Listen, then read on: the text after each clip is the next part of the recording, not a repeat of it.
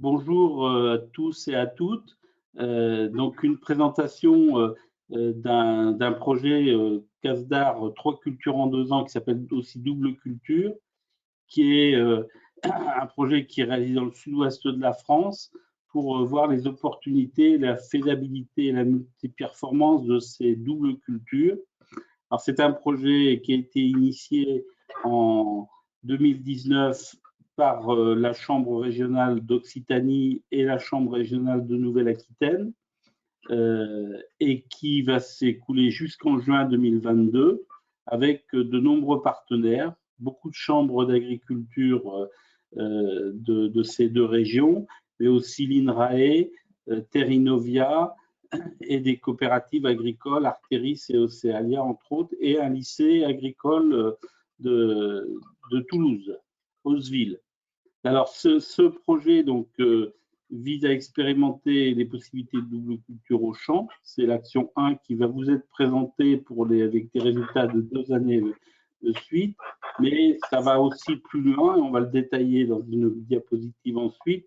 Acquérir des connaissances, travailler sur de la modélisation pour extrapoler à différents scénarios climatiques et puis faire une évaluation multicritère de cette nouvelle technique, nouvelle pratique, et voir en particulier les aspects économiques, agronomiques et environnementaux.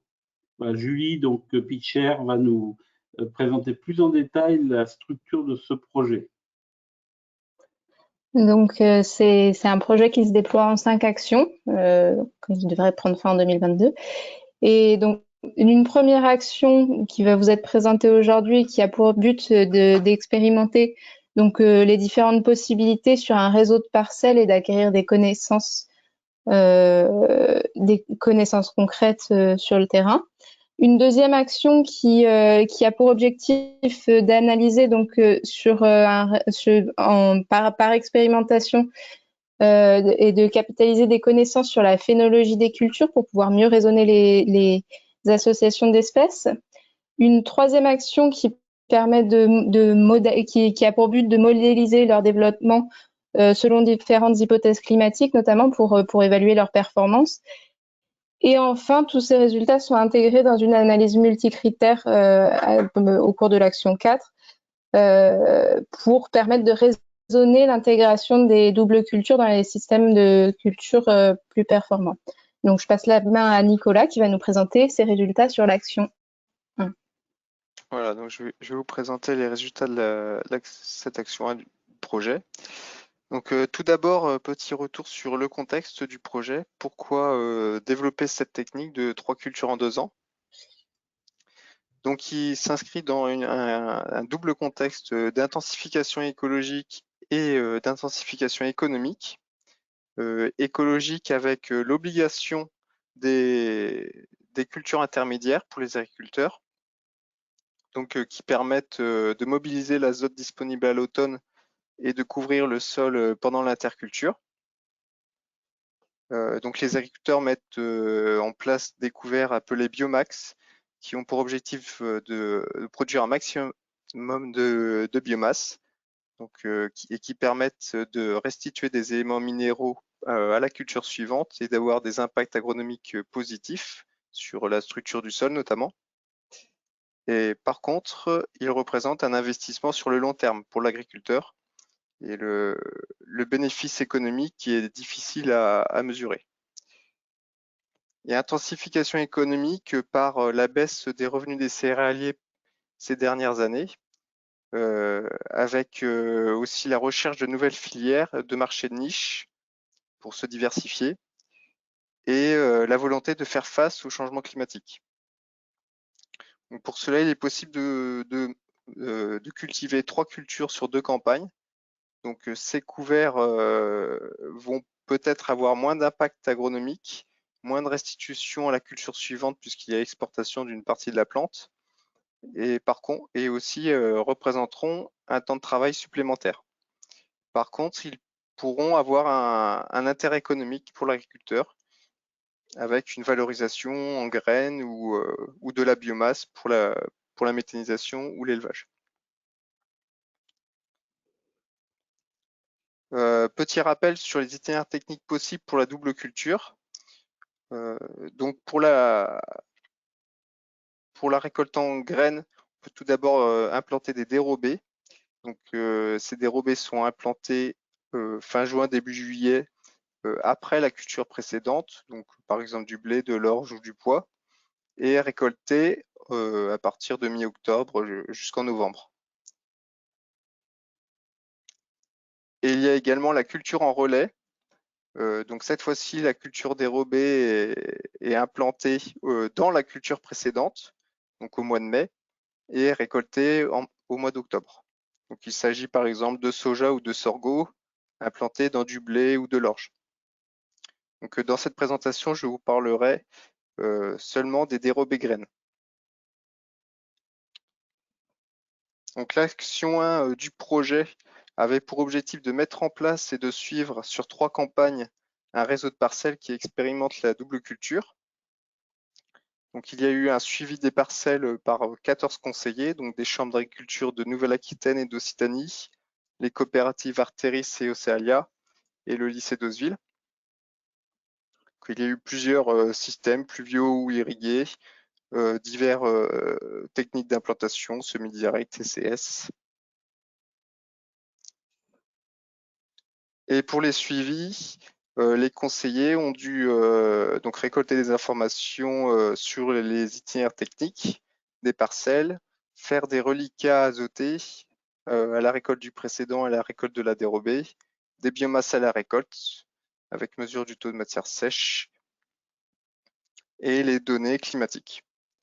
Et tout cela pour arriver à une évaluation technique, économique et environnementale de la pratique avec l'utilisation du logiciel Cister d'Arvalis.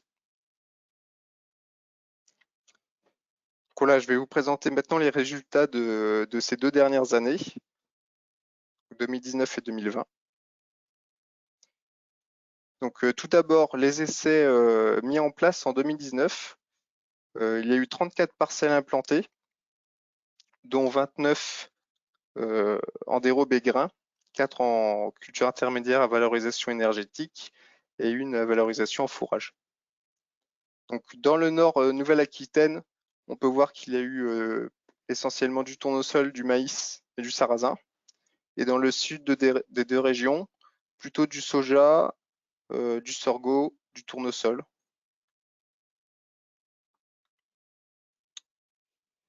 Et en 2020, 24 parcelles implantées, toujours principalement des dérobés graines. Et dans le nord Nouvelle-Aquitaine, seulement du sarrasin et de la cameline en grains. Et dans le sud des 2 régions, soja, sorgho et tournesol.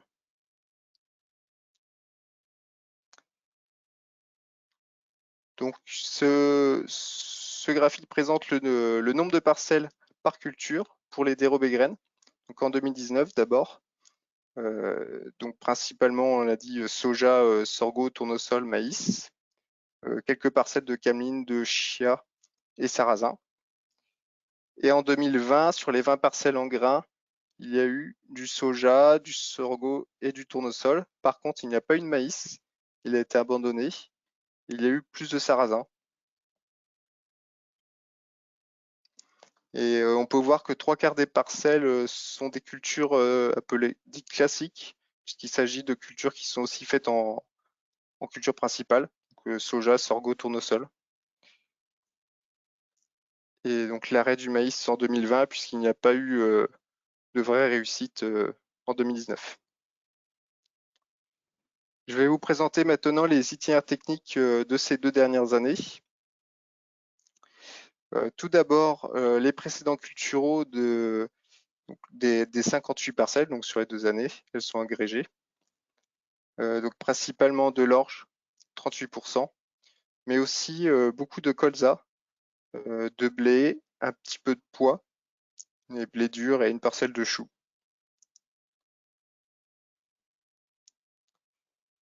Pour le travail du sol, 58% étaient travaillés, 40% semi-direct. En herbicide, 40% en ont reçu, dont 37% de glyphosate. Pour la fertilisation, seulement 30% de fertilisés. Il s'agissait surtout du maïs et du sorgho, et parfois du tournesol. Et pour l'irrigation, 42% irrigués, et avec des apports de 120 mm en moyenne.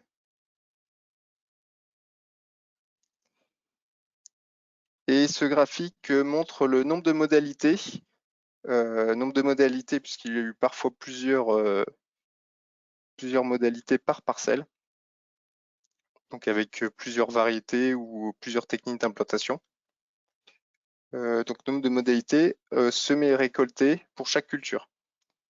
Donc on peut voir qu'il y a eu principalement du soja, du sarrasin, du tournesol et du sorgho. Et c'est le soja qui a le mieux réussi, avec 14 modalités récoltées sur les 18 implantées. Le sarrasin était réussi 1 fois sur 2 à peu près, le sorgho 6 fois sur 10, le tournesol 1 fois sur 2 également. Une seule réussite en maïs grain, 2 réussites en cameline. Et les ensilages n'ont réussi qu'1 fois sur 2 également. Alors voici les rendements qui ont été atteints pour chaque culture. Donc dans ce tableau, donc, on voit le rendement en fonction de la quantité d'eau qu'a reçue la plante sur la période 15 juin, 15 septembre. Donc cette ligne avec une quantité d'eau inférieure à 150 mm et la seconde avec des apports supérieurs à 150. Donc irrigation comprise. Donc pour la cameline et le chia, donc 2 et 3,2 quintaux. Maïs grain, 5 tonnes de matière sèche en ensilage d'épis qui ont été atteints sur la seule parcelle récoltée. 48 quintaux sur une parcelle mais en placette, donc pas récoltée par l'agriculteur. Maïs doux, 21 tonnes. Sarrasin, 13 quintaux en sec, donc au lycée d'Eusville. 5 quintaux sur une parcelle en irrigué. Soja, 4 quintaux en sec. 15 à 30 en irrigué ou dans des régions qui ont reçu beaucoup d'eau. 10 quintaux pour le sorgho en sec, 20 à 45 lorsqu'il y a eu de l'irrigation. Pour le tournesol, 14 quintaux sur une parcelle en placette, non récoltée par l'agriculteur, et 8 à 18 avec de l'irrigation. Et pour le maïs en silage, 8 à 15 tonnes de matière sèche.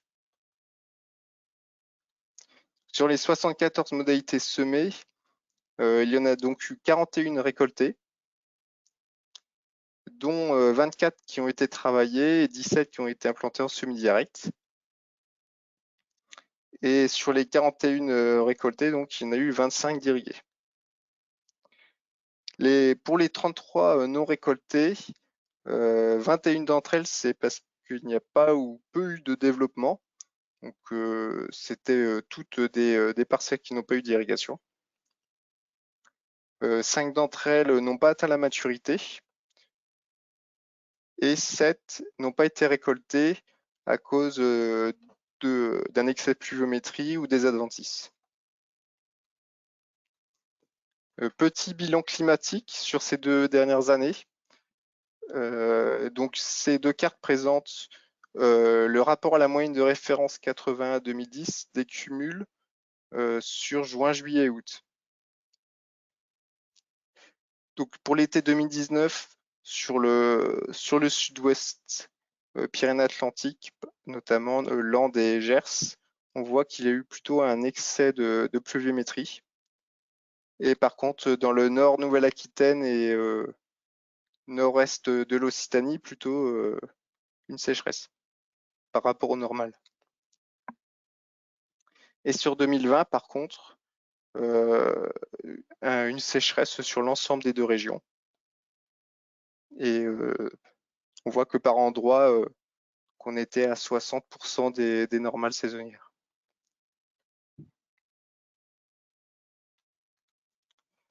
Plus en détail pour 2020 sur 2 stations climatiques, donc une dans l'Aude et une en Charente-Maritime. Donc là, on voit l'évolution des températures maximales et des cumuls de pluviométrie entre le 1er juin et le 30 octobre. Donc on voit qu'il y a eu très peu d'eau, mais pas du tout entre mi-juin et fin juillet pour les deux stations. Des pics de température très élevés jusque mi-septembre. Et des pluviométries assez importantes à partir de mi-septembre, qui ont duré jusqu'en novembre. Donc le pas d'eau après le semis ont pu retarder des développements. Les pics de chaleur ont pu empêcher, ralentir la floraison ou faire couler des fleurs de soja. Et les fins de cycle humides ont pu retarder les maturités, voire empêcher les récoltes.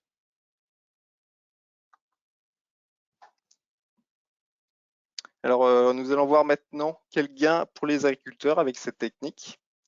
Donc, ce graphique présente la marge seminette réelle de chaque modalité, donc en euros par hectare pour chaque culture.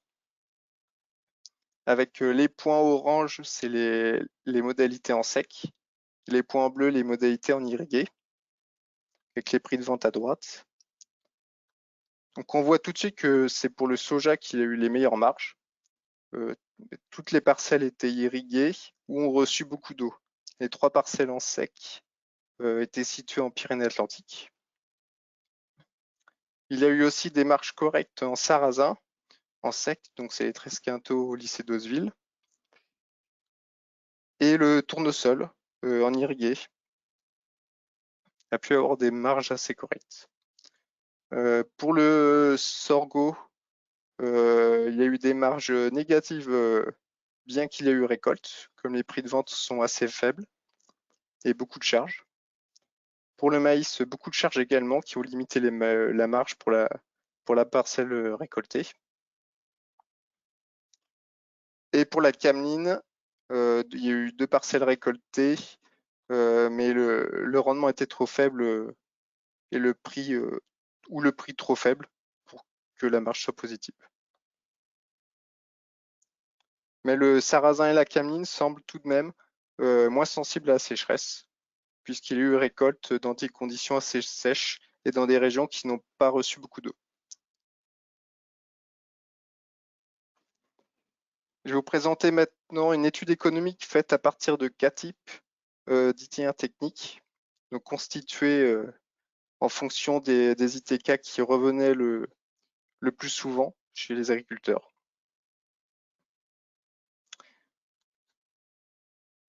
Donc, tout d'abord pour le soja, donc voici 2 ITK avec un premier avec des chômages et 350 mm d'irrigation et un second en semi-direct et 150 mm d'irrigation et un désherbage chimique. 25 quintaux de rendement pour le premier contre 15 quintaux pour le second. Et donc la marge semi-nette est de 400 € par hectare avec les 350 mm d'irrigation et les 25 quintaux. Et contre 180 € par hectare pour l'autre ITK. Et on voit que pour le premier, les charges engagées sont bien plus importantes.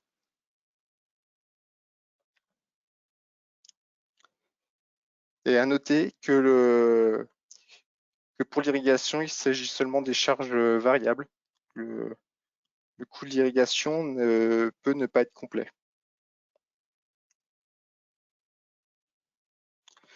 Je vais vous présenter maintenant une autre approche, donc avec un graphique qui présente le rendement en fonction du prix de vente qu'il faut atteindre pour soit arriver à l'équilibre économique, la courbe en rouge, soit arriver à une marge de 200 € par hectare, la courbe en vert. Donc ces courbes-là correspondent à l'ITK en semi-direct, avec une irrigation de 150 mm. Donc on voit que pour un prix de 350 € par tonne il faut faire 10 quintaux pour arriver à l'équilibre et 16 quintaux pour arriver à une marge de 200 € par hectare. Donc l'équilibre avec l'irrigation peut être atteint assez facilement. Par contre, il faudrait aussi prendre en compte la fréquence de réussite de la culture pour calculer une marge pluriannuelle. Donc dans ce tableau, on voit le rendement qu'il faut atteindre, qu'il faut faire pour atteindre l'équilibre en fonction du prix de vente et du pourcentage de réussite de la culture. Donc par exemple, pour un prix de 350 € par tonne, il faut faire 18 quintaux, les années de réussite, donc une année sur deux, pour arriver à l'équilibre. Donc cela permet ces 18 quintaux, les années de réussite, permettent de compenser les charges engagées lors des années d'échec. Donc de 18 quintaux, c'est atteignable, mais par contre, il n'y aura pas de marge. Et avec un pourcentage de réussite de 80, il faut faire 12 quintaux pour arriver à l'équilibre, ce qui sera plus atteignable et une marge sera possible. Mais avec l'irrigation, on peut espérer récolter 8 années sur 10. Maintenant pour le sarrasin, voici 2 ITK également. Donc un premier avec des chômages et irrigation, 100 mm, et un second semi-direct avec un désherbage chimique et sans irrigation. Donc 12 quintaux de rendement pour le premier contre 8 quintaux pour le second. On arrive à une marge semi-nette de 176 € par hectare pour le premier contre 128 pour le second. Par contre, les charges engagées sont bien sûr bien plus élevées pour le premier comme il y a eu de l'irrigation.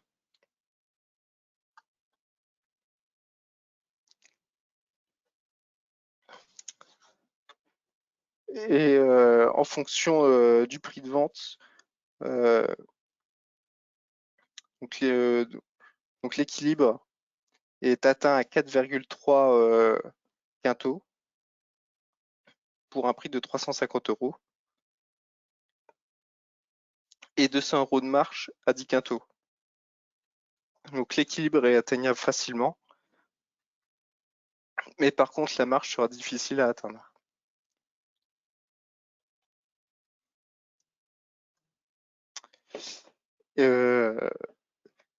Et en fonction du pourcentage de réussite de la culture, donc il faudra, si on réussit une fois sur 5, il faudra faire au moins 15 quintaux à un prix de vente de 350 € par tonne pour arriver à l'équilibre, donc ce qui n'est pas atteignable en sec. Et si on réussit 6 fois sur 10, il faudra faire 6 quintaux, donc ce qui est atteignable, mais la marge sera faible, puisque là, il s'agit de l'ITK sans irrigation.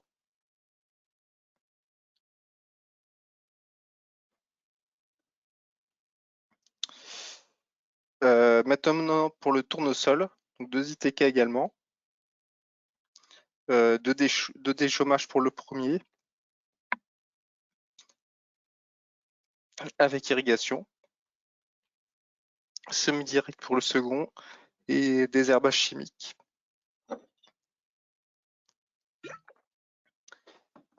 15 quintaux de rendement pour le premier et 10 quintaux pour le second. 226 € par hectare de marge contre 116.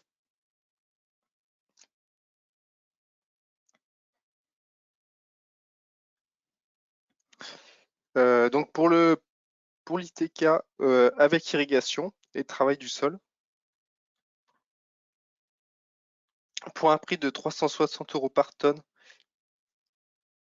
il faut atteindre au moins 9 quintaux pour arriver à l'équilibre et contre 14 pour arriver à 200 € de marge. Donc l'équilibre est atteignable facilement avec irrigation. Donc, et une bonne marge sera donc possible. Pour l'ITK en semi-direct et en sec,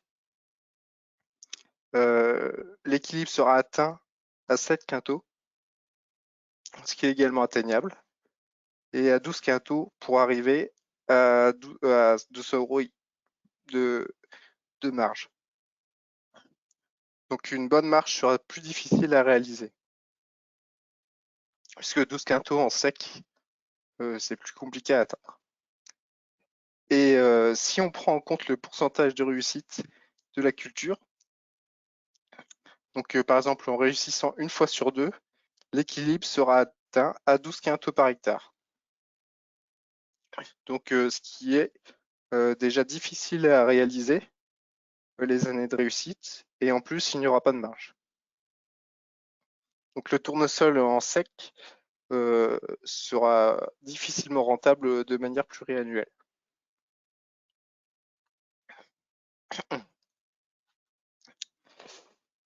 Je vais vous présenter. Donc en conclusion, donc ce tableau présente les avantages et les inconvénients pour chaque culture en grains.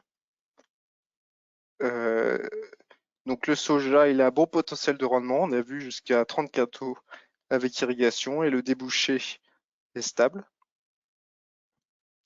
Par contre, l'irrigation est nécessaire, sauf en Pyrénées-Atlantiques.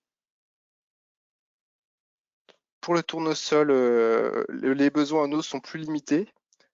Pas de problème de débouché non plus. L'irrigation sera nécessaire également, par contre, sauf en Pyrénées-Atlantiques et dans le Gers. Et les coûts des semences est assez élevé. Pour le sorgho, pas de problème de débouché. Les besoins en eau, azote et degrés jour sont inférieurs au maïs. Par contre, l'irrigation sera nécessaire aussi. Le prix de vente est assez faible et les charges sont très élevées. Pour le sarrasin, donc il a une assez bonne tolérance à sécheresse, on l'a vu. On peut atteindre des rendements corrects sans irrigation et les charges sont assez faibles. Par contre, le débouché est assez restreint. Le maïs grain, pas de problème de débouché. Par contre, il faut de l'irrigation. Il a un cycle assez plus long que toutes les autres cultures et les charges sont très élevées. Et pour la cameline et le chia, donc apparemment, il pourrait avoir une bonne tolérance à sécheresse, mais avec des rendements assez faibles. Et le débouché pour l'instant est restreint.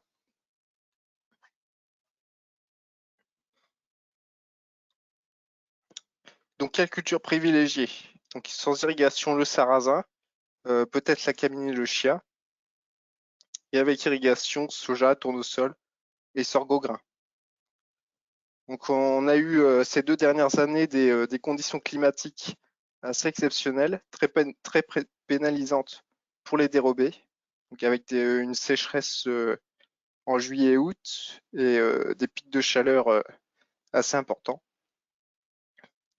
Et aussi des pluies en excès en octobre-novembre 2019.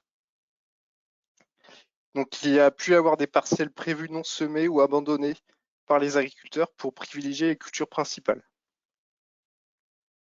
Problématique qu'on va retrouver certainement en 2021 lors de la dernière année de suivi, puisqu'il sera compliqué également de trouver des agriculteurs motivés après ces années sèches. Et il y a peut-être aussi par contre de nouvelles cultures à tester, comme le millet ou le moa.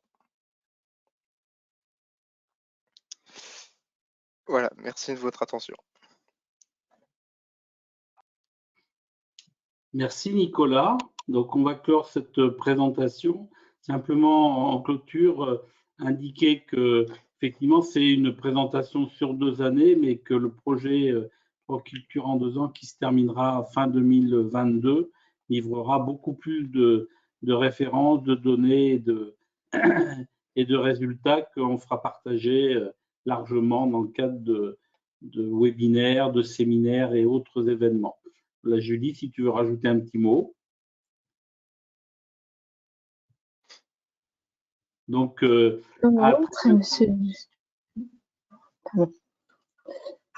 revoir à tous.